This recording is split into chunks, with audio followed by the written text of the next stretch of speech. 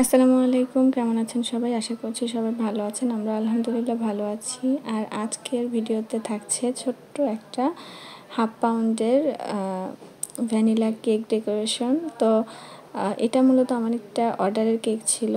যিনি অর্ডারটা করেছিলেন তিনি বলেছিলেন যে কেকটা যেন একদম সিম্পলের মধ্যে রাখা হয় আর খুব একটা যেন ডিজাইন বা বেশি কালারফুল করা না হয়। তো আমি সেই অনুযায়ী কাজ করেছি।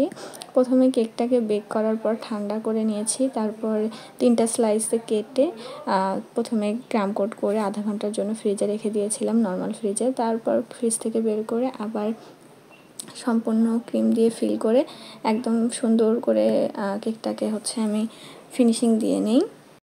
এভাবে ফিনিশিং দিয়ে নেওয়ার পরে কেকটাকে একদম ডিজাইন করার জন্য আমি একটু চকলেট গানাশ তৈরি করে নিয়েছিলাম, আর সেই গানাশটা দিয়েই মূলত রেডি করে নিই। তো আশা করছি আপনাদের ভিডিওটা ভালো লাগবে, আর ভালো লাগলে আপনারাও ট্রাই করে দেখতে পারেন। এটা কিন্তু একদম সহজ, খুবই সহজ একটা ডিজাইন, যে কেউ চেষ্টা করলেই পারবে। তো এখানে আমি চকলেট গানাশটা দিয়ে কিছু ডালপালার মতো করে দিচ্ছি। আপুটা এরকম একটা সিম্পল ডিজাইন দিয়েছিল আমাকে।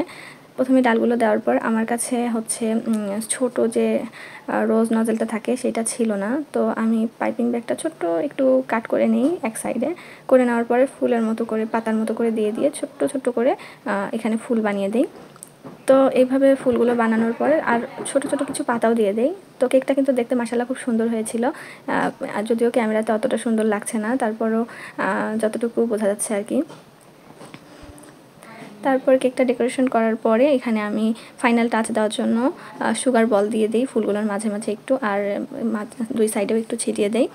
তো আশা করছি ভিডিওটা আপনাদের ভালো লেগেছে, আর ভালো লাগলে অবশ্যই আমাকে সাপোর্ট করবেন, পাশে থাকবেন। আসসালামু আলাইকুম।